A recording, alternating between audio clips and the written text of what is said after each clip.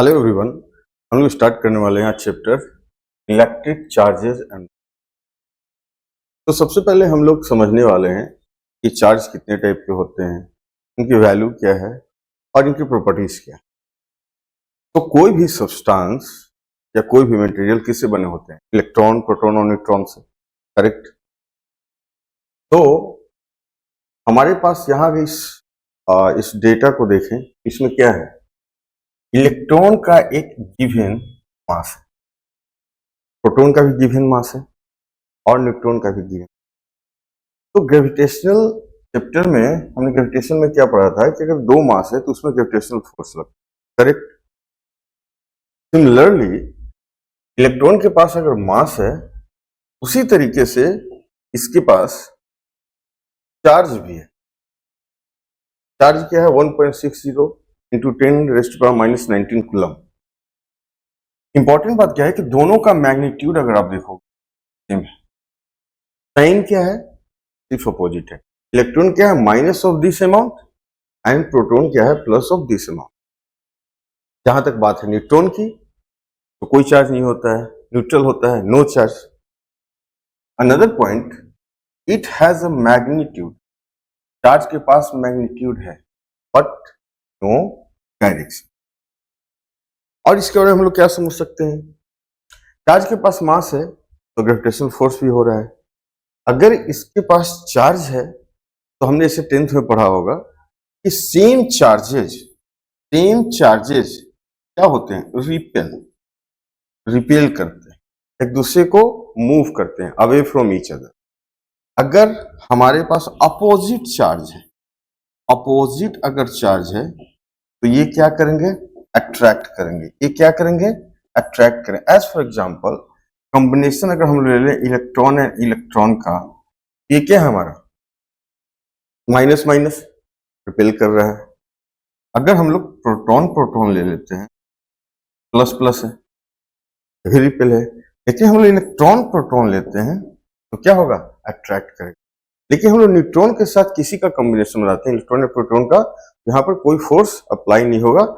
कौन सी फोर्स की बात करें हम लोग? इलेक्ट्रोस्टैटिक, यानी कि चार्ज के कारण जो फोर्स अप्लाई हो रहे हैं इस पर नहीं होने वाला है। होपफुली जो बेसिक है आप लोग को ऑलरेडी पता भी होगा, आप लोग ये समझ चुके हैं। नेक्स्ट हम लोग देखने वाले हैं चार्ज इज क्वांटाइज। अब बेसिकली होता क्या है?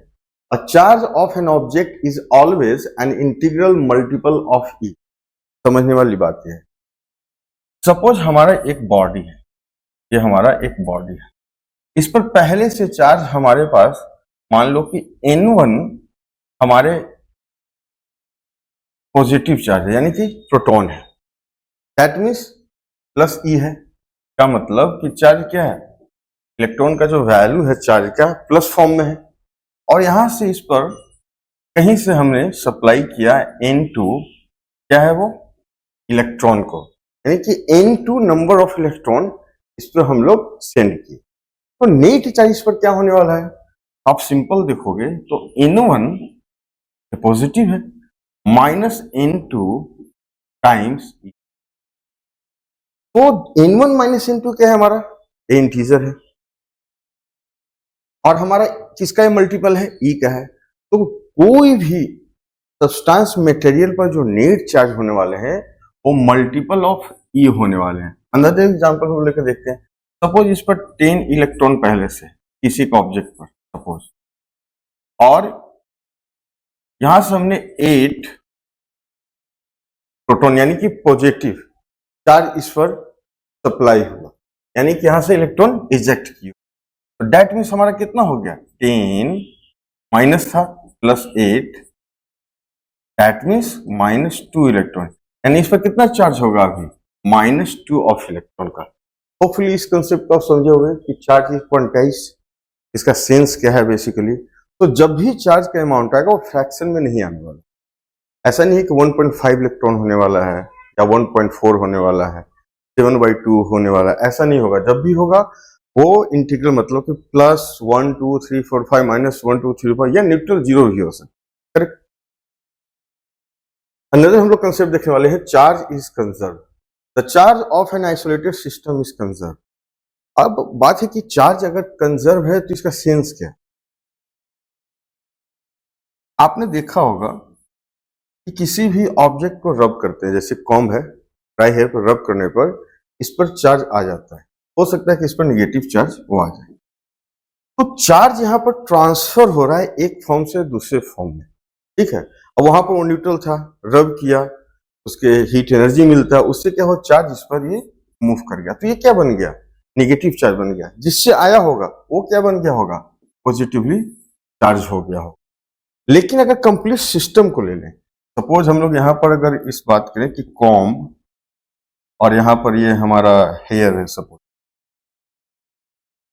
इसको ऑल टूगेदर ले लें, तो क्या हुआ है, एक सिस्टम हो गया जो है आइसोलेटेड, मतलब बाहर से कनेक्शन में नहीं है। अब इसका नेट अगर चार्ज आप देखना चाहोगे तो जो पहले चार्ज था वो अभी भी चार्ज होगा। सपोज ये न्यूट्रल था तो अभी चार्ज इस पर अगर 5 इलेक्ट्रॉन आए होंगे तो यहां से क्या होगा, 5 इलेक्ट्रॉन मूव किया होगा, तो नेट अभी भी क्या होगा, ये न्यूट्रल ही होगा। अनदर एग्जांपल लेते हैं, बीटा डी के प्रोसेस में न्यूट्रॉन होता है, सिस्टम में न्यूट्रॉन रखा हुआ है।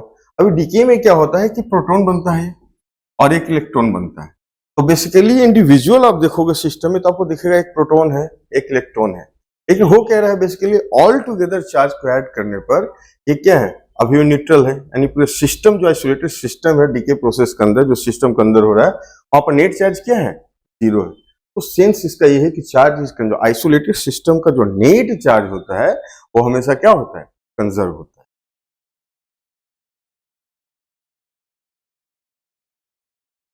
अब हम देखने वाले हैं charge appears due to rubbing of bodies. अब जो इनिशियल जो फेज में जब चार्ज का पता चला लोगों की कि किस तरीके से है, तो उस समय यूजुअली ग्लास रॉड हुआ, कैट फर हुआ, सिल्क हो गए, अलग अलग मटेरियल रब करने पर अलग अलग तरीके से चार्ज एक दूसरे पे अपीयर होता था। कभी किसी पर प्लस आ गया, कभी किसी पर माइनस आ गया, डिपेंड करता था कि किस तरीके से मटेरियल, दो जो बॉडीज है, दो जो मटेरियल है, वो उनकी क्या मटेरियल क्या है, बेसिकली उस पर डिपेंड करता था कि किस मटेरियल पर क्या चार्ज अपीयर होने वाला है। तो ये आपको पता होगा, बेसिकली उस पर हम लोग डिटेल में नहीं जानने वाले कौन मटेरियल प्लस होता है कौन माइनस होता है, ठीक है। हमने बस ये देखा कि charge appear due to rubbing. चाहे आप कॉम्ब का एग्जांपल ले लो ड्राई हेयर में, या एरोप्लेन मूव कर रहा है एयर में, या वैन काफी लॉन्ग डिस्टेंस ट्रेवल करके आ रहा है, या आप ग्लास रॉड को रब कर लो सिल्क वगैरह में, या आप देखते हो कि ठंड के दिन में ब्लैंकेट के अंदर अगर हाथ ऐसे मूव, ब्लैंकेट आपस में होता है या क्लॉथ रब होता है तो किस तरीके से आपको चार्ज फील होता है। तो बहुत सारे डे टू डे लाइफ में आप एग्जाम्पल को देख सकते हो। तो हम लोग इंडक्शन देखने वाले हैं। तो इंडक्शन में बेसिकली होता क्या है कि अगर हम लोग एक बात को डिस्कस करें कि कॉम को आपने रब किया तो कॉम क्या होता है, चार्ज हो जाता है। सपोज डेट कॉम हमारा पॉजिटिवली चार्ज हो गया, सपोज डेट, और यहाँ पर एक पेपर पीस है। तो पेपर पीस क्या है, ये तो न्यूट्रल है, इस पर कोई चार्ज है नहीं, तो फिर एक चार्ज है, एक न्यूट्रल है, कैसे अट्रैक्ट। अब इस बात को हम लोग अच्छे से समझ, अब यहाँ पर प्लस चार्ज है, दैट मीन्स पेपर में भी जो इलेक्ट्रॉन है जो मूव कर रहे हैं रैंडमली, वो क्या करता है कि इलेक्ट्रॉन को अट्रैक्ट करना। तो यहाँ पर चार्ज का रीडिस्ट्रीब्यूशन होने लगता है। बात समझने वाली बात है, यहाँ पर जो जितने चार्ज थे एक तरफ शिफ्ट होने लगते हैं, पॉजिटिव चार्ज की तरफ इलेक्ट्रॉन, और उसके अगेंस्ट डिफरेंट एज पर पॉजिटिव चार्ज शिफ्ट होने लगते हैं। इससे क्या होता है, पोलराइज होता है। अब इससे कारण यहाँ पर क्या हुआ, पॉजिटिव हमारे पास आ गया और यहाँ पर क्या आ गया, निगेटिव। अब यहाँ पर अट्रैक्शन होने लगता है और इस तरीके से अट्रैक्ट कर लेता है पेपर को। और जो प्रोसेस हुआ, प्रोसेस क्या बोलते हैं, इंडक्शन, यानी कि इसमें इंड्यूस किया है, चार्ज को क्या किया है, इंड्यूस किया है। और इस तरीके से हम लोग इंडक्शन को समझ सकते, करेक्ट।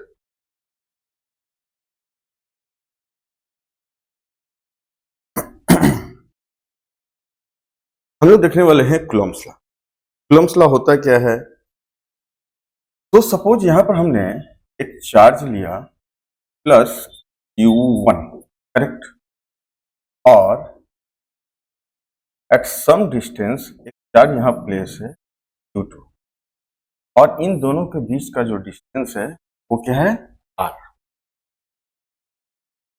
तो यहाँ पर जो फोर्स अप्लाई होता है, अब हमने स्टार्टिंग में प्लस प्लस लिया है, चार्ज कुछ भी हो सकता है, प्लस माइनस। आगे चल के हम लोग समझेंगे कि चार्ज का जो वैल्यू है, पॉजिटिव या नेगेटिव, उसके अकॉर्डिंग फोर्स का डायरेक्शन कैसे चेंज हो रहा है या मैग्नीट्यूड में क्या फर्क आ रहा है देखने में, वो सब हम लोग समझेंगे। अभी फिलहाल हमने क्या लिया, plus Q1 and plus Q। तो यहाँ पर कूलम्ब्स लॉ ये कहता है कि जो फोर्स जो अप्लाई होगा that is proportional to the product of the two charges, correct. Another is the force is inversely proportional to the square of the distance between two point. अब यहाँ पर जो दोनों चार्ज है वो क्या है, पॉइंट चार्ज है, पॉइंट यानी बिल्कुल इस पॉइंट पर कंसंट्रेटेड, करेक्ट। तो इसे हम लोग ऐसा लिख सकते हैं Q1 Q2 upon are square, या force equal to K Q1 Q2 upon are square. ये हमारा क्या है, प्रोपोर्शनलिटी कांस्टेंट है, और इसकी वैल्यू क्या होती है, तो K का वैल्यू होता है 1/4 पाई एप्सिलॉन नॉट। और ये जो फोर्स हो रहा है कहां पर हो रहा है, हमारा फ्री स्पेस वैक्यूम की बात कर रहे हैं उसमें। तो एप्सिलॉन नॉट क्या है, हमारा परमिटिविटी ऑफ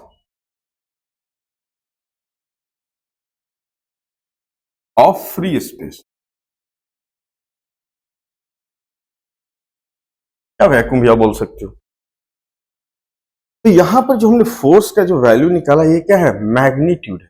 अब बात है कि डायरेक्शन क्या होगा। तो मान लो कि यहां से हमारा ये वेक्टर जो है आर, इस मान लो हमारे ओरिजिन है, सपोज यहां से हम लोग मेजर कर रहे हैं। तो यहां पर अगर हम लोग फोर्स की मैग्नीट्यूड के साथ साथ, फोर्स हमारा क्या है, वेक्टर क्वांटिटी है, तो फोर्स को हम लोग ऐसा लिख सकते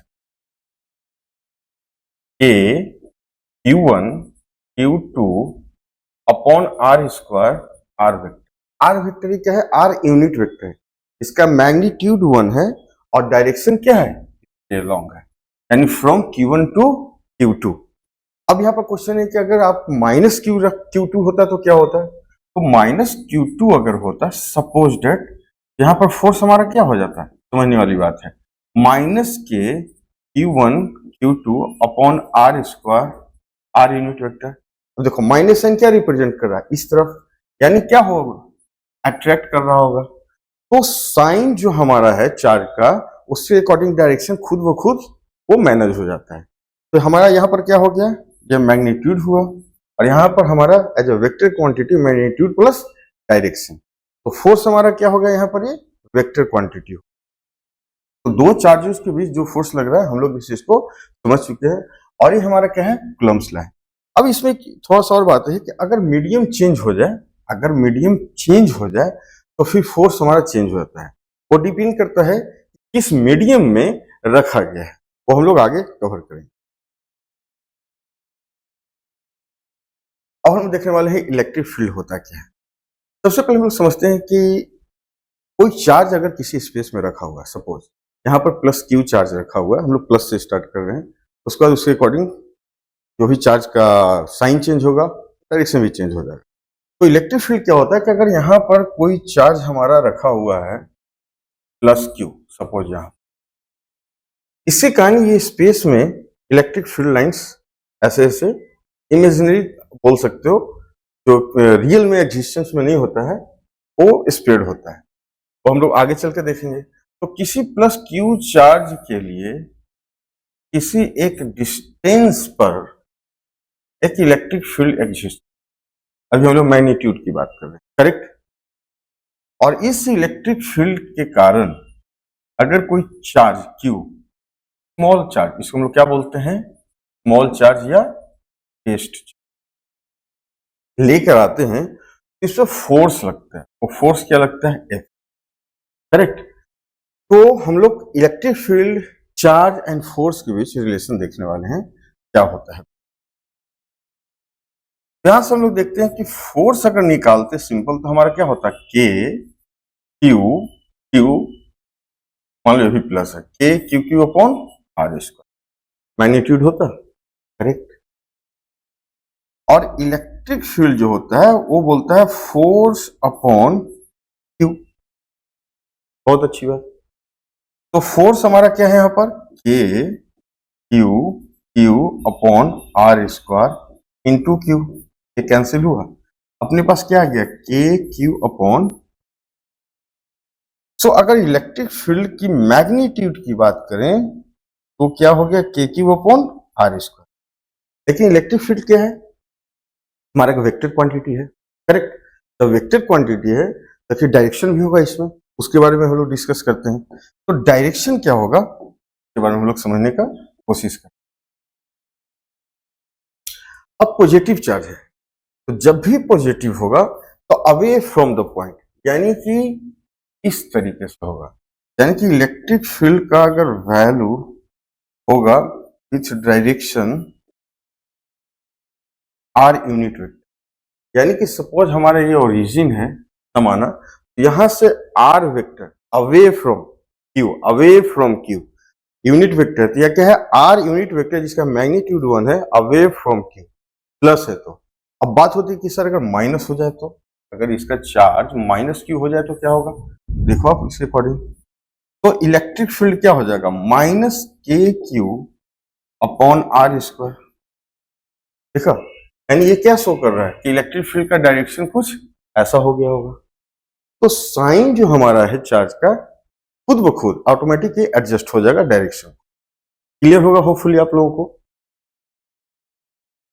यहां से एक और भी फॉर्मूला हमें मिल गया कि किसी पॉइंट चार्ज के कारण इलेक्ट्रिक फील्ड किसी आर डिस्टेंस पर क्या होगा उसका वैल्यू, तो that would be K Q upon are square and the direction is away from plus Q charge, अब माइनस क्यू है so towards plus Q, correct. अब यहां पर हम लोग देखने वाले हैं लाइंस ऑफ इलेक्ट्रिक फोर्स।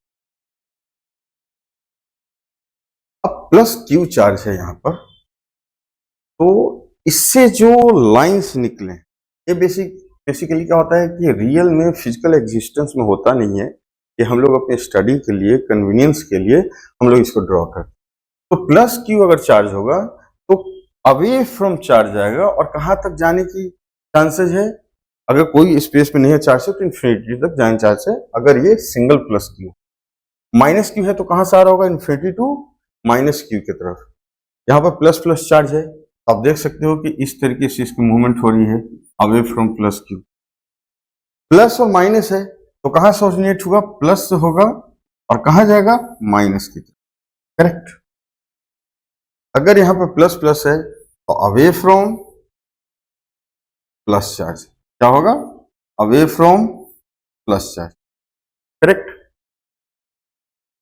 अब यहां पर दूसरी बात इंपॉर्टेंट है कि अगर यहां पर हमारा कोई चार्ज गिवन है, सपोज दैट हमारे पास चार्ज गिवन है यहां पर कोई प्लस चार्ज, क्या हम लोग नंबर ऑफ जो लाइंस है इलेक्ट्रिक फील्ड लाइंस है उससे हम लोग क्या पता कर सकते हैं कि इलेक्ट्रिक फील्ड की स्ट्रेंथ क्या हो सकती है, कोशिश करते हैं। मैंने एक छोटे से एरिया में कोशिश करता हूं दिखाने।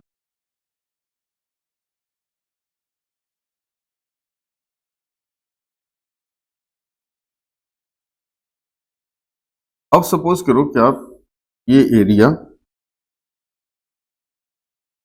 हमने कवर किया, अब यहां पर जाकर सेम एरिया को मैंने ड्रॉ, बताओ नंबर ऑफ लाइंस कहां पर ज्यादा होगा, अगर आप काउंट करोगे तो नंबर ऑफ लाइंस यहां पर ज्यादा होंगे, और यहां देखा जाए तो 1 2 4 5 6 ऐसे होंगे, यानी कि नंबर ऑफ लाइंस कहाँ है, अगर इसे ए पॉइंट बोले इसे बी पॉइंट, तो नंबर ऑफ लाइंस कहाँ है, ए पर ज्यादा है बी से। तो इलेक्ट्रिक फील्ड का जो स्ट्रेंथ होगा या इलेक्ट्रिक फील्ड की जो इंटेंसिटी होगी वो कहां पर ज्यादा होगा, ए पर, यानी मैग्नीट्यूड की अगर बात करें तो ये इज ग्रेटर देन, तो इलेक्ट्रिक फील्ड ऑफ लाइंस के डेंसिटी से भी हम लोग बता सकते हैं कि कहां पर इलेक्ट्रिक फील्ड का स्ट्रेंथ ज्यादा होगा कहां पर कम हो सकता है, correct.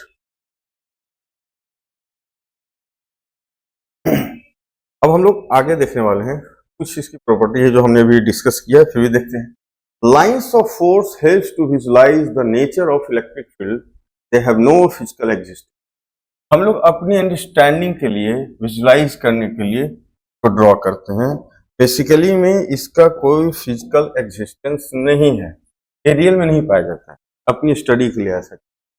Field lines starts from positive charge, positive से स्टार्ट होता है, and end at negative charge, negative charge पे एंड होता है। हमने अभी देखा था एग्जांपल में, if there is a single charge, अगर सिंगल चार्ज हो, सिंगल चार्ज क्या हो सकता है, प्लस क्यू या minus Q, they may start और एंड एट इंफिनिटी।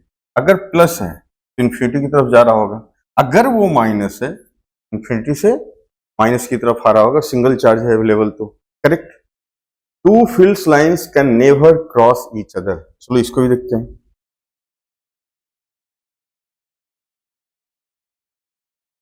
मैंने लिया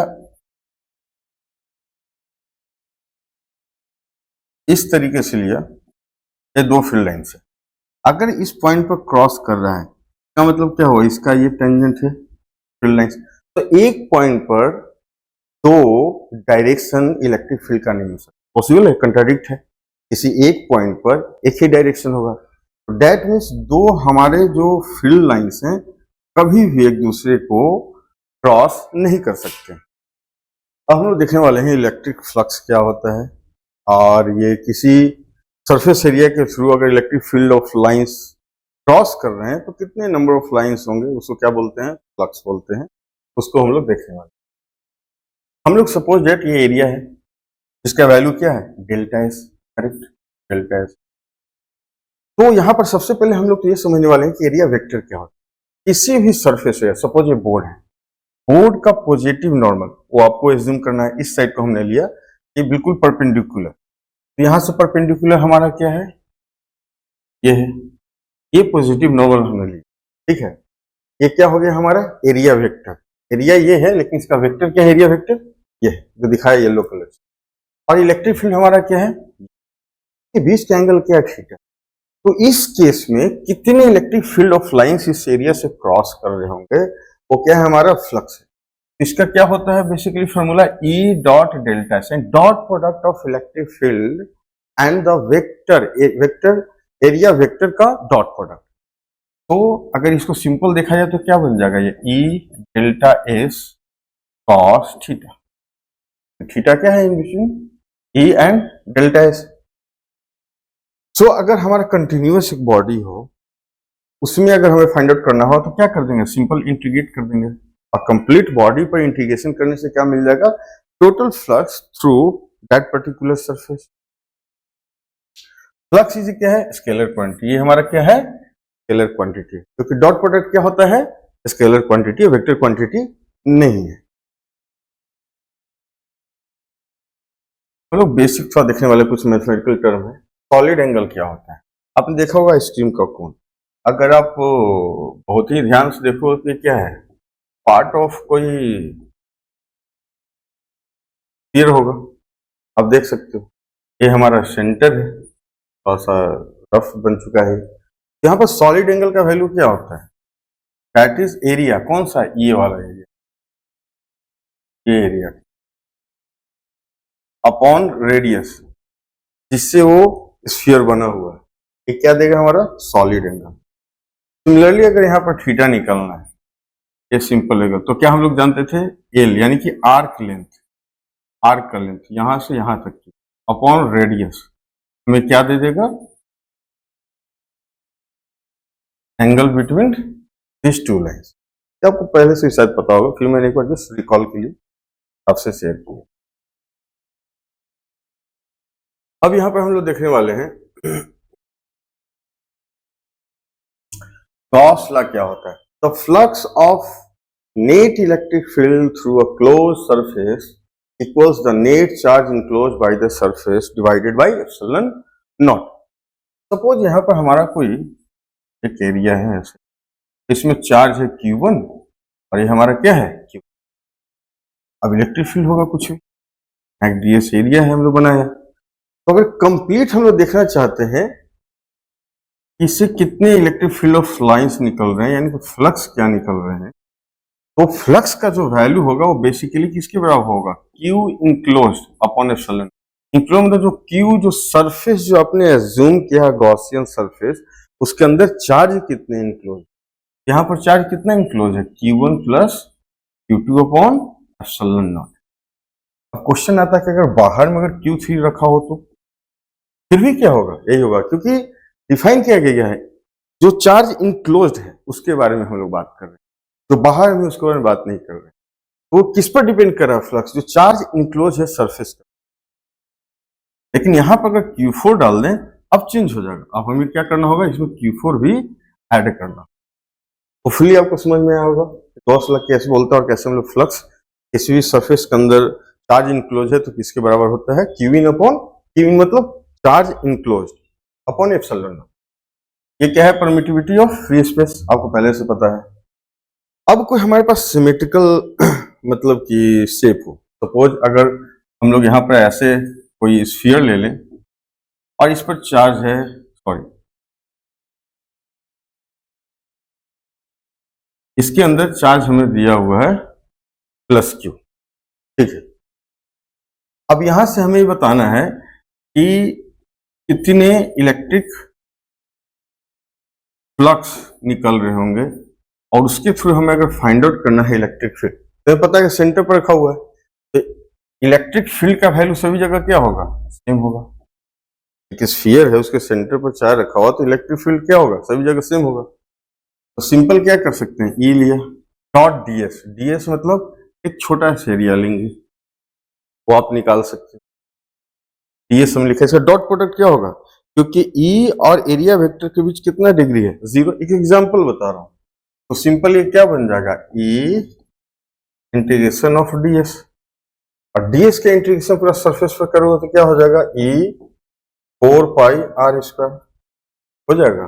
और चार्ज क्या है, क्यू अपॉन एप्सिलॉन नॉट। इससे इलेक्ट्रिक फील्ड निकाल सकते हैं। इसका यूसेज आपको समझ में आ गया, यूसेज क्या है बेसिकली, तो इसके थ्रू फ्लक्स के थ्रू हम लोग इलेक्ट्रिक फील्ड का वैल्यू निकाल सकते हैं, correct. E is the resultant electric field due to all the charges existing in the space। जो इलेक्ट्रिक फील्ड की हम लोग बात कर रहे हैं ये किसी कारण है, सिर्फ इसके कारण नहीं, जितने भी यहाँ पे एग्जिस्ट कर रहे हैं सभी के रिजल्टेंट है ये। भले हम लोग इनक्लोज का ले रहे हैं लेकिन इलेक्ट्रिक फील्ड, अब यहाँ भी तो चार्ज है तो उसके कारण भी तो जो भी होगा इफेक्ट, तो इलेक्ट्रिक फील्ड का जो वैल्यू कंसीडर होता है सिर्फ अंदर का नहीं, तो आउटर सराउंडिंग में उसका भी, ठीक है। Q in only charge inside the close surface, हमने देखा था। क्यू इन की बात करते हैं तो सिर्फ ये Q1 plus Q2 plus Q3 पर बात करेंगे। तो किसी भी क्लोज सरफेस के थ्रू जो फ्लक्स निकल रहा है उसमें अगर चार्ज की काउंटिंग हो रही है तो Q इन क्या होगा, सिर्फ जो क्लोज जो सरफेस है उसके इनसाइड वाली चार्ज, ओके।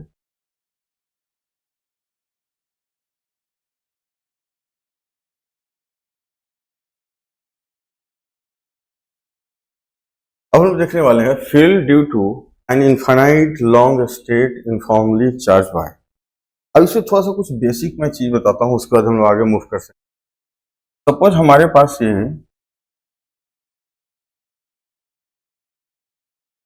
एक चार्ज है कि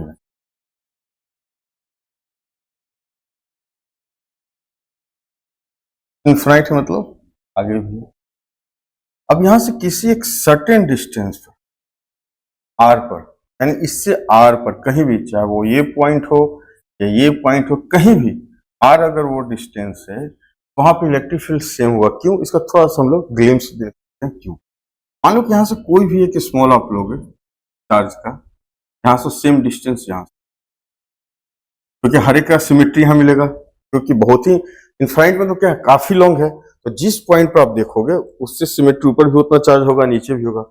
एक छोटा सा टुकड़ा लेकर अगर यहाँ से आप देखने की कोशिश, इसका जो वैल्यू हो और यहाँ से जो देखने की कोशिश करते हो, मैग्नीट्यूड की बात करें दोनों का मैग्नीट्यूड सेम होगा, और डायरेक्शन की बात करें तो डायरेक्शन वाइज भी सेम होगा। ये थीटा है तो ये भी थीटा होगा, तो यहां से अगर ये थीटा है तो ये भी थीटा, ये भी थीटा। अब देखो कि ई कॉस थीटा इसके कारण और इसके कारण ई कॉस थीटा एक साथ हो गया, और इसका ये जो कंपोनेंट है ई साइन थीटा और इसका जो ई साइन थीटा है दूसरे को क्या कर रहा है, कैंसल आउट कर रहा है। यानी कि नेट जो इलेक्ट्रिक फील्ड का डायरेक्शन क्या होगा, टू ई कॉस थीटा होगा, उसको हम लोग ई डैश मान लेते हैं। तो इसलिए हम लोग यहाँ पर भी आगे से क्यों हम लोग हर एक जगह ई ले रहे हैं सेम आर पर, उसको समझने का हमने पहले कोशिश। अब आगे मूव करते हैं। अब मान लो यहाँ पर कि हमारे पास चार्ज है,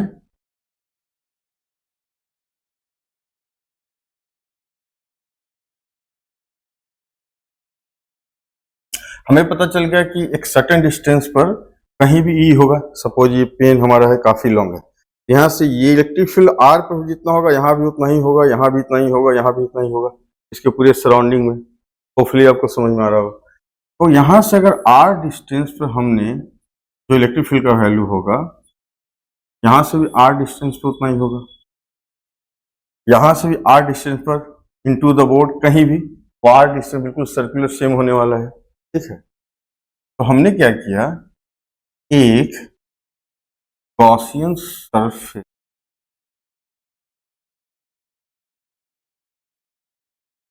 ठीक है। अब यहाँ क्या है, ये भी हमारा आर है, ये भी आर है, तो सभी जगह जो इलेक्ट्रिक फील्ड का वैल्यू है वो क्या है, सब ई है। कहीं भी आप देखोगे मैग्नीट्यूड की बात कर रहा हूँ, डायरेक्शन की बात अभी नहीं। लेकिन डायरेक्शन की बात करेंगे तो अवे फ्रॉम सेंटर, इसके अवे फ्रॉम होगा हर जगह, यानी जो कर्व सरफेस एरिया जो सिलेंड्रिकल है उससे क्या होगा, अवे, यानी उससे 90 डिग्री होगा, यानी रेडियस जो आउटवर्ड जा रहा होगा उसके डायरेक्शन में इलेक्ट्रिक फील्ड। ठीक है, अगर यहां पर एक छोटा सा एरिया हम लोग कंसीडर, सपोज डेल्टा एस, उसका अगर एरिया वेक्टर देखें तो भी क्या होगा, अलोंग टू द ई, तो कर्व सरफेस आप इमेजिन करो, कर्व सरफेस है, इलेक्ट्रिक फील्ड ऐसे जा रहा है, इसका भी आउटवर्ड नॉर्मल क्या होगा, इलेक्ट्रिक फील्ड के बिल्कुल पैरेलल होगा। करेक्ट, ये अच्छी बात है। तो हमें पता चला कि जो डेल्टा एस का जो वेक्टर है डेल्टा एस, वो भी कुछ ऐसा है और यहाँ पे इलेक्ट्रिक फील्ड भी कुछ ऐसा है, दोनों पैरेलल है, तो सभी पॉइंट पे ऐसा ही कुछ होगा, ये बात है। और इस सरफेस को हम लोग मान लेते हैं ऊपर वाली जो है सिलेंडर का वो ए और ये बी, और इसको हम लोग बोल देते हैं कर्व सरफेस।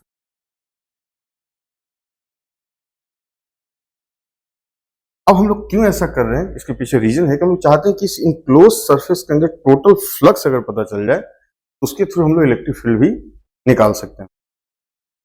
अब नोटिस करो कि हर एक पॉइंट पर, अगर ध्यान दोगे, इस हर एक पॉइंट पर अलग अलग इलेक्ट्रिक फील्ड होगा। अगर यहाँ से मैं बात करूं तो यहाँ पर इलेक्ट्रिक फील्ड क्या होगा, ई डैश होगा, यहाँ से बात करूं तो हो सकता है ई डबल डैश हो। लेकिन इंपॉर्टेंट बात क्या है कि यहाँ से जो एरिया वेक्टर होगा वो हमेशा 90 डिग्री पर होगा, और यहां से जो एरिया वेक्टर होगा, इलेक्ट्रिक फील्ड ऐसे है और एरिया वेक्टर ऐसे है, तो दोनों क्या हुआ 90-90, दिख रहा है।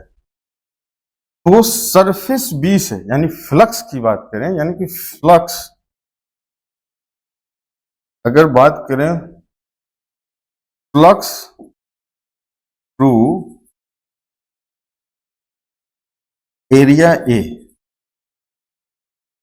एरिया ए जीरो होगा, क्यों, क्योंकि ई और सरफेस एरिया जो हमारा जो एरिया वेक्टर है वो क्या है 90 डिग्री पे, ई और ये 90 डिग्री पे, ई और ये 90 डिग्री है, तो क्या होगा डॉट प्रोडक्ट जीरो।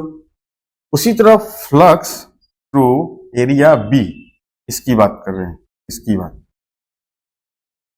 ये भी क्या होगा जीरो। अब हम लोग फोकस करते हैं कर्व सरफेस एरिया पर, क्या फ्लक्स होने वाला। तो कर्व सरफेस एरिया में अगर फ्लक्स की हम लोग बात करें तो सिंपल अगर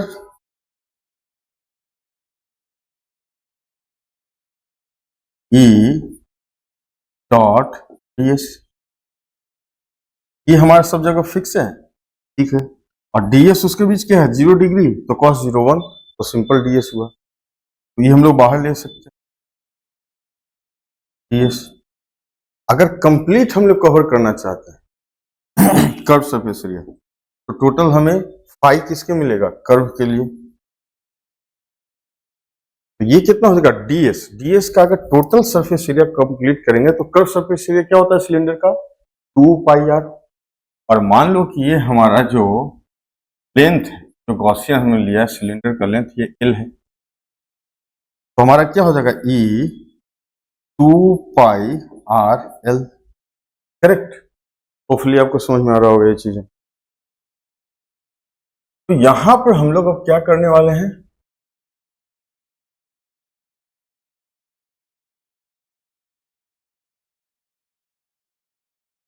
अब टोटल हम लोग ऐड करने वाले। तो टोटल फ्लक्स क्या हो जाएगा, flux through area A plus flux through area B plus flux through curve surface. यहां क्या था, 0 प्लस 0, और ये हमारे पास क्या था, E 2πRL। ठीक है, और जो फ्लक्स होता है किसी भी इनक्लोज सरफेस एरिया से, वो क्या होता है हमारा, Q इन, टोटल जो चार्ज इसके अंदर होगा, और एप्सिलॉन नॉट। अब हम लोग Q इन कैसे निकालेंगे, तो यहां पर आप देखो, यहां पर गिवन है, क्या गिवन है, लीनियर चार्ज डेंसिटी लेमडा, यानी कि पर यूनिट लेंथ जो चार्ज है वो क्या है, लेमडा है। यानी कि अगर लेमडा यहाँ पर यूनिट है तो एल लेंथ के लिए चार्ज कितना होगा, एल इंटू एल लेंथ के लिए, यहां से यहां लेंथ क्या है, एल है हमारा, के लिए क्या हो जाएगा, एल लेमडा। बहुत अच्छी बात, तो हमें चार्ज पता चल गया है, यानी कि हमारा क्यू इन पता चल गया।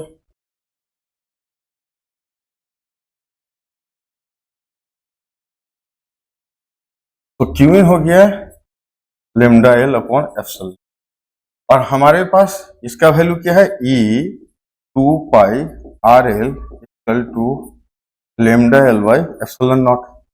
तो एल से एल कैंसिल हो गया, तो ई हमारा क्या हो गया, lambda upon 2πR epsilon not.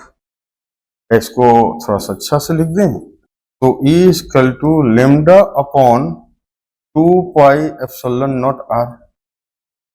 यानी कि एक तरीके से देखें तो E is inversely proportional to R, यानी कि रेडियस के इनवर्सली ये प्रोपोर्शनल। अब है कि यहां पर डायरेक्शन क्या होगा, आपको सिंपल पता है, अगर पॉजिटिव है तो अवे फ्रॉम, अगर पॉजिटिव है तो हमारा क्या होगा, अवे फ्रॉम, पॉजिटिव है तो अवे फ्रॉम। अगर ये निगेटिव चार्ज रहता तो टुवर्ड्स हो जाता, करेक्ट। तो डायरेक्शन भी हमें समझ में आ गया। हम तो देखने वाले हैं electric field due to a plane sheet. ये चार्ज का प्लेन शीट दिया हुआ है, उसके कारण किसी पर्टिकुलर आर डिस्टेंस पर from the plane sheet electric field का वैल्यू क्या होगा, उसको हम समझ। तो सबसे कुछ फंडामेंटल चीजें यहाँ पर हम लोग देखते हैं। ड्यू टू सिमेट्री हम लोग ऐसा देख सकते हैं, यहां से ये आर डिस्टेंस और यहां से ये आर डिस्टेंस, तो इलेक्ट्रिक फील्ड कुछ यहाँ पर जो होगा वैल्यू अवे फ्रॉम, यहाँ भी वही होने वाला है।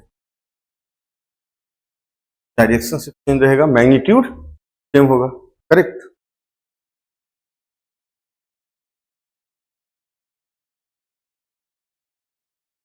अब यहां से हम लोग सपोज इसको एक स्मॉल एरिया अज्यूम करते हैं, डेल्टा एस, और ये जो एरिया है वो भी डेल्टा एस, छोटी सी एरिया है, डेल्टा एस होने, तो स्मॉल ए भी कर सकते हैं, ये आप एज्यूम कर सकते हैं।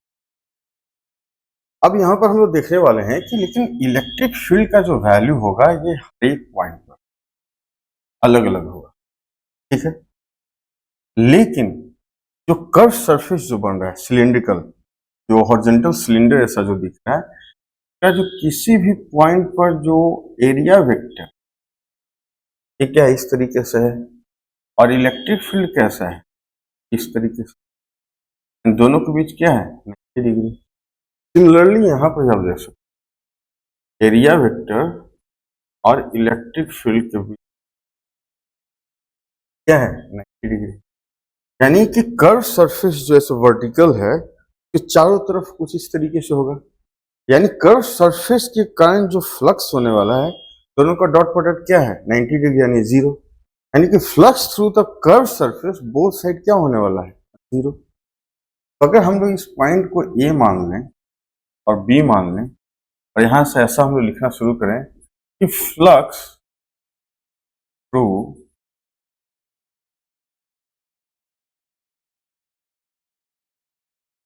Curve surface area A is zero, क्योंकि area vector and electric field जो है भले ही वैल्यू चेंज हो रहा है लेकिन दोनों के बीच क्या है 90 डिग्री है, तो हमेशा क्या होगा डॉट प्रोडक्ट जीरो।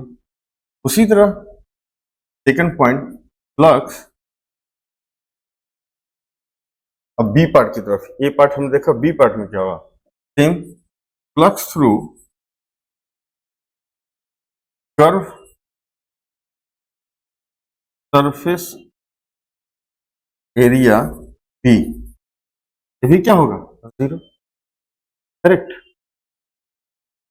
तो कौन सा बच गया, जो हमारे ये हॉरिजॉन्टल जो सिलेंड्रिकल है सिर्फ फ्रंट और बैक का, अगर बात करें तो सिर्फ ये वाली और ये वाला बच गया। तो यहां से फ्लक्स कितना जाएगा आप देख सकते हो, यहाँ के फ्लक्स की बात करें तो ई डेल्टा एस, क्यों, क्योंकि हमारा 0 डिग्री पे है दोनों, तो 1 हो गया, तो डॉट प्रोडक्ट क्या मिल गया ई डेल्टा एस, यहां भी क्या होगा ई डेल्टा एस। तो दोनों जो हमारा जो ओपनिंग और जो इस साइड का ओपनिंग है टोटल क्या हो जाएगा 2 ई डेल्टा एस, ये फ्लक्स का वैल्यू हो जाएगा। तो total flux through this cylinder कितना हो जाएगा, टोटल फ्लक्स क्या हो जाएगा, टोटल फ्लक्स हमारा क्या हो जाएगा 0 + 0 + 2e delta S, that means 2e delta S simple. अब हम यहाँ पर गॉसियन सरफेस लगाया, तो किसी भी गॉसियन सरफेस के अंदर कितना चार्ज है, सिलिंड्रिकल ऐसा डेल्टा एस एरिया जा रहा है, यानी कि कुछ यहां पर ऐसा होगा, ये डेल्टा एस है, चार्ज है ऐसे ऐसे में। यहां पर दिया हुआ है कि sigma charge per unit area, यहां पर डेल्टा एस में कितना हो जाएगा चार्ज, डेल्टा एस में चार्ज यानी किसकी बात कर रहे हैं क्यू इन की, ये कितना हो जाएगा सिग्मा टू डेल्टा एस, होगा ना, सिग्मा क्या charge per unit area, total area कितना है डेल्टा एस जो इनक्लोज है। तो फ्लक्स की बात करें तो हमारा क्या हो जाएगा सिग्मा डेल्टा एस, और फ्लक्स अभी टोटल ये था हमारा गॉस थ्योरम से, और ये किसके बराबर है 2e डेल्टा एस, तो this and this should be cancel. So हमारा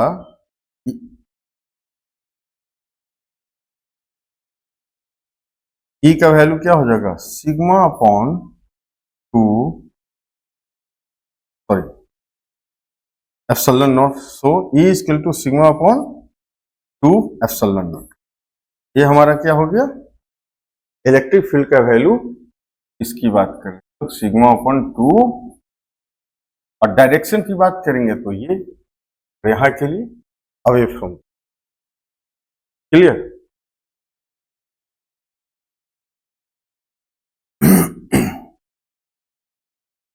अब हम देखने वाले हैं field due to uniformly charge thin spherical, यानी कि जैसे फुटबॉल देख रहे हो थीन स्फेरिकल, यानी आउटर बहुत थीन है और स्फीयर के फॉर्म, जिसका रेडियस आर है उस पर चार्ज क्या है प्लस क्यू दिया हुआ है, तो आउटर पार्ट में यानी कि if A is greater than R, इसकी बात करें यानी कि जो स्फीयर का रेडियस है आर उससे बड़ा ए का वैल्यू है, यानी outer out of the sphere की बात कर रहे हैं, यहां पर क्या होगा इलेक्ट्रिक फील्ड का वैल्यू के बारे में हम लोग समझने की कोशिश। अब यहां से सिमेट्री से एक चीज हमें देखने को मिल रहा होगा, इलेक्ट्रिक फील्ड का जो वैल्यू है कहीं भी आप कंसीडर करो, मैग्नीट्यूड वाइड की बात करो, दिस शुड बी ओके।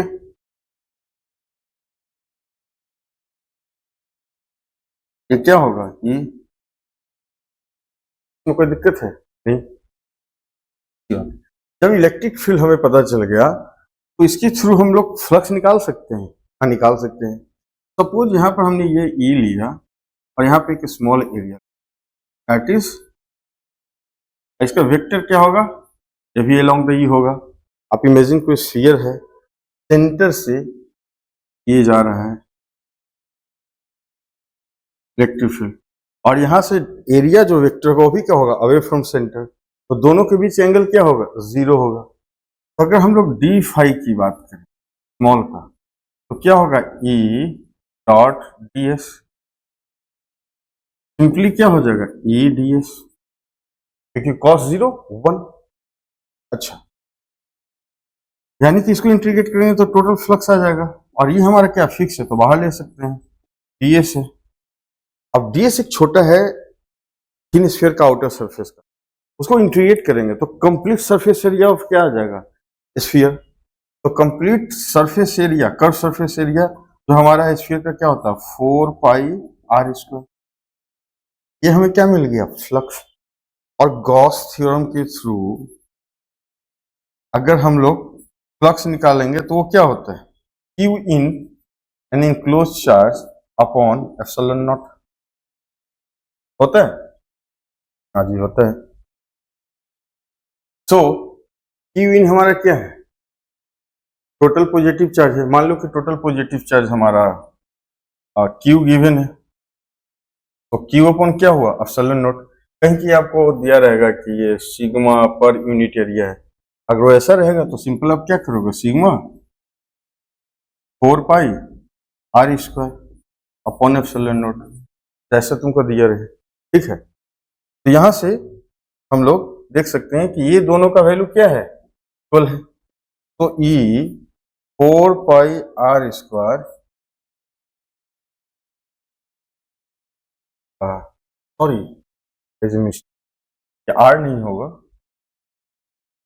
इसी क्योंकि गॉसियन सरफेस इसे हमने अज्यूम का रेडियस किया, तो this should B 4 pi a square, sorry वो क्या होगा, 4 पाई ए स्क्वायर। तो ये क्या होगा, 4 पाई ए स्क्वायर। क्यों ए लिया, ये गॉसियन सरफेस है ना, इस पर इंटीग्रेट करें डीएस, डीएस का इंटीग्रेशन क्या होगा, ए रेडियस के लिए तो ये होगा equal to rho 4 pi are square upon epsilon naught, 4 pi 4 pi, so E equal to क्या हो जाएगा, rho r square epsilon naught by a square. एक तो ये हुआ कि चार्ज डेंसिटी के फॉर्म में पता करना है, दूसरी कि हमें क्यू के फॉर्म में निकालना है कि टोटल चार्ज हमें दिया है ऑलरेडी कि नहीं, क्यू गिवन है।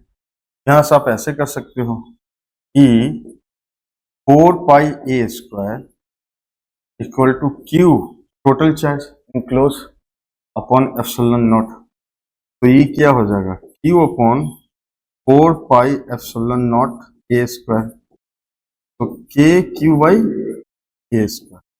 अब ये रिजल्ट बड़ा इंटरेस्टिंग आप देख सकते हो। इलेक्ट्रिक फील्ड क्या बता रहा है यहाँ पर टोटल चार्ज क्यू कंसंट्रेटेड है सेंटर पर, जब ऐसा होता था और यहां से कोई ए डिस्टेंस पर इलेक्ट्रिक फील्ड, तो क्या बताते, के क्यू बाई ए स्क्वायर, ये होता था ना।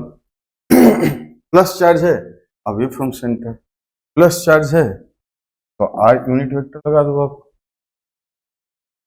करेक्ट। माइनस होता है तो 2 आर्स हो जाता है। तो आप ये भी रिजल्ट लिख सकते हो, डिपेंड है कि क्वेश्चन में क्या दिया हुआ है, और ये भी रिजल्ट करेक्ट। नेक्स्ट देखने वाले हम लोग हैं कि थिन स्फेरिकल सेल है, यहाँ पर चार्ज है, लेकिन इनसाइड की बात करें तो इनसाइड की जब बात करेंगे तो सबसे पहली बात है कि इनसाइड की अगर हम लोग बात कर रहे हैं तो जो गॉसियन सरफेस हमने अज्यूम किया है ए रेडियस का, क्या उसके अंदर कोई चार्ज है, क्या इसके अंदर कोई चार्ज है, नो। जब चार्ज ही नहीं है तो फ्लक्स नहीं होगा।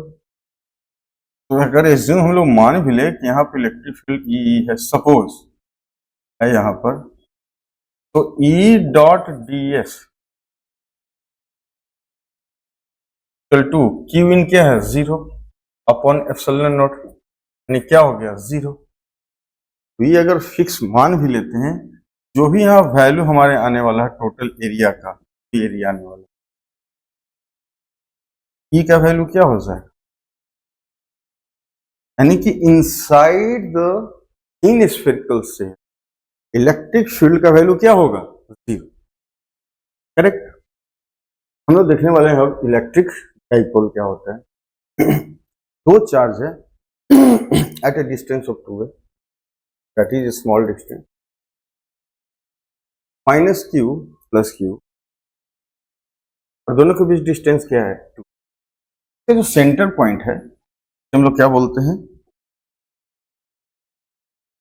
तो बोलते हैं सेंटर ऑफ डाइपोल। और जो एक्सिस है इसे क्या बोलते हैं, डाइपोल एक्सिस। रही बात डाइपोल मोमेंट क्या होता है, तो product of charge and the distance between the two charges. तो 2a डिस्टेंस हो गया, चार्ज क्या हुआ, दोनों का प्रोडक्ट क्या हुआ, डाइपोल मोमेंट। डायरेक्शन क्या होता है, -q2 प्लस q, क्या होता है, माइनस से प्लस q, डाइपोल मोमेंट का डायरेक्शन, करेक्ट। अब हम देखने वाले हैं 4 points on the axis. Electric field अगर हमें निकालना है किसी डाइपोल के कारण किसी पॉइंट P पर, यहाँ पर क्या दिया हुआ, -q plus q, point P है जो सेंटर ऑफ डाइपोल से r डिस्टेंस, तो यहाँ पर इलेक्ट्रिक फील्ड निकालना है तो क्या होगा। तो अगर हम लोग देखें कि electric field due to charge at A, हमारा क्या होगा, k, माइनस चार्ज है तो -q अपॉन ये डिस्टेंस क्या हो जाएगा, AP का होल स्क्वायर, तो -kq अपॉन AP क्या हो जाएगा, r प्लस a का होल स्क्वायर, करेक्ट। अब EB यानी चार्ज एट B के कारण हमारा क्या होगा, तो KQ अपॉन, मान लो ये हमारा O पॉइंट है, तो BP का होल स्क्वायर, तो KQ, BP हमारा क्या हो जाएगा, ये टोटल R था माइनस है, तो R माइनस A का होल स्क्वायर।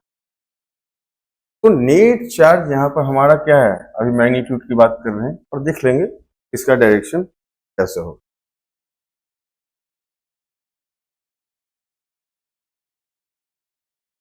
तो ई नेट का वैल्यू क्या होगा, EA प्लस EB, करेक्ट।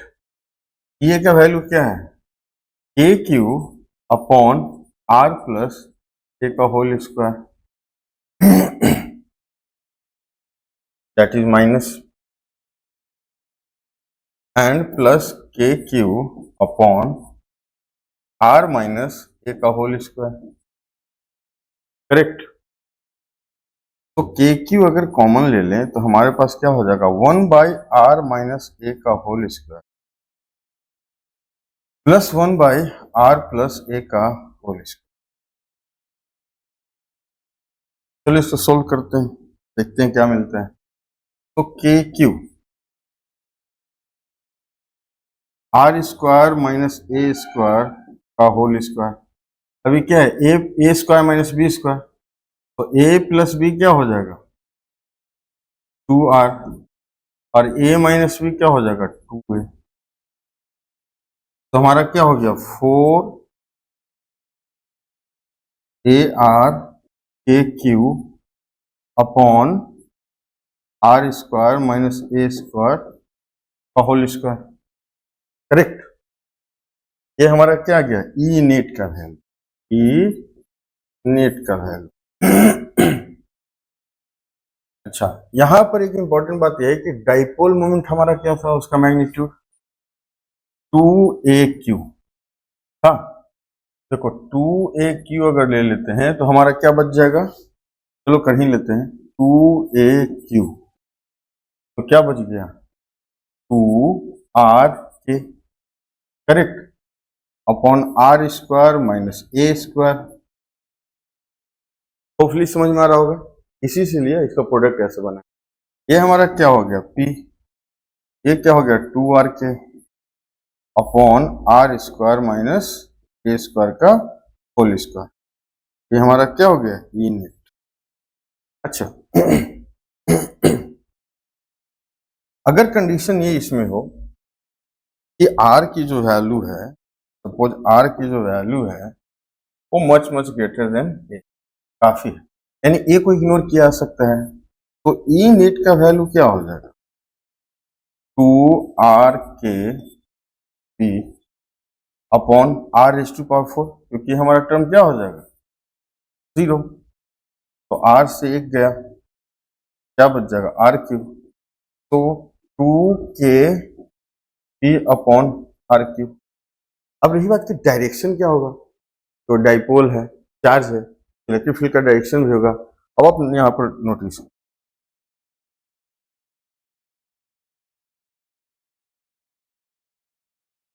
यहाँ पर R प्लस R प्लस ए है, डिनोमिनेटर हमारा क्या है, बड़ा है, नेगेटिव साइन के साथ, यानी ए का जो मैग्नीट्यूड होगा हमारा लेस देन ईबी होगा।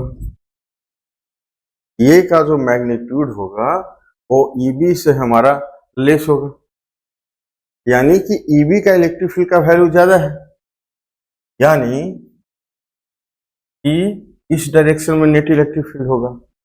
और हमारा पी का डायरेक्शन भी क्या है, डायरेक्शन है, देखो A q upon r plus c square, magnitude by किसी बात कर रहा हूं चीजों, तो क्या हो गया ये। अच्छा, अगर यहां से भी देखोगे तो नेट वैल्यू क्या आ रहा है, पॉजिटिव आ रहा है, दैट मीन्स क्या है कि राइट साइड को रिप्रेजेंट कर रहा है, निगेटिव आता है तो इस साइड को रिप्रेजेंट करता है, तो दैट मीन्स हमारा जो इलेक्ट्रिक फील्ड का वैल्यू है इस डायरेक्शन में, जो हमारा डाइपोल मोमेंट का डायरेक्शन है, तो दोनों तरीके से हम लोग को क्लियर हो गया। तो यहाँ पर अगर हम लोग डायरेक्शन की बात करें कि ई नेट हमारा क्या होगा, क्या हो जाएगा 2kp अपॉन, और के हमारा यहाँ पर क्या है, तो आज तक हम लोग को पता है, करेक्ट।